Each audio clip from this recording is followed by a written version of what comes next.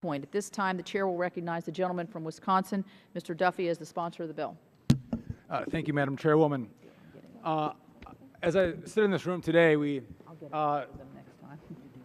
hear a lot of conversation about lying, cheating, stealing, and I think the movement here on both sides of the aisle is to make sure we have a system that's going to work for consumers. I don't think anyone disagrees with that.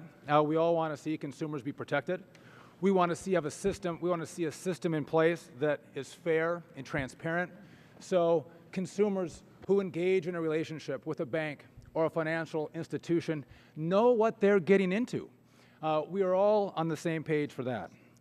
My bill here today doesn't undermine that mission of protecting consumers and also making sure we have a banking system that has that core standard of safety and soundness. Actually, I would submit that my bill strengthens consumer protection and it provides accountability and oversight to the system. I want to take just a few moments and review in a broad brushstroke what my bill is going to do, what changes we're going to make. The current law that's out there is one where the only time that FSOC can review a CFPB ruling is when there's going to be a systemic risk to the banking industry or to the financial industry. We think that is far too high of a standard. So in my proposal here, we modify the standard to one where if the rule is inconsistent with safe and sound operations of our financial institutions. I find that to be a far more reasonable standard, and let me tell you why. I come from central and northern Wisconsin. This is not Wall Street, I promise you. We have small community banks. We have credit unions. And what can happen with this high burden that's in place right now is we can have a rule that comes from the CFPB that has a huge impact on a small community bank or a credit union, but it won't create a systemic risk. And therefore, that rule can't be reviewed by FSOC. And I got to tell you what, just because my constituents don't have banks from Wall Street in our district, just because they don't do business with Wall Street banks, that doesn't mean they don't have a right to have rules that impact their banks reviewed by FSOC. I'm sick of having a different standard here for those of us who live in rural communities and those who have access to far larger banks.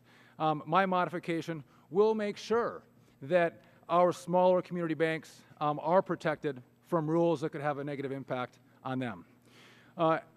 The current way FSOC can review a CFPB rule is one where there needs to be a 2/3 majority vote from FSOC to overturn the rule. What that means is with 10 voting members, you need 7 of those members to overturn the CFPB rule. I mean, this is a super majority. But when we drill down a little bit deeper, we see that the director of the CFPB is a voting member of FSOC. So to think that the director of the CFPB who advocates for this rule would then sit on the FSOC board and say it's going to undermine safety and soundness is a fraud. So we have a super majority in that you need 7 out of 9 voting members to overturn currently a rule with FSOC in regard to the CFPB rule. We think that is too high of a burden. So what my bill does is it says that we will not allow the director of the CFPB the right to vote. So we'll have 9 voting members on FSOC.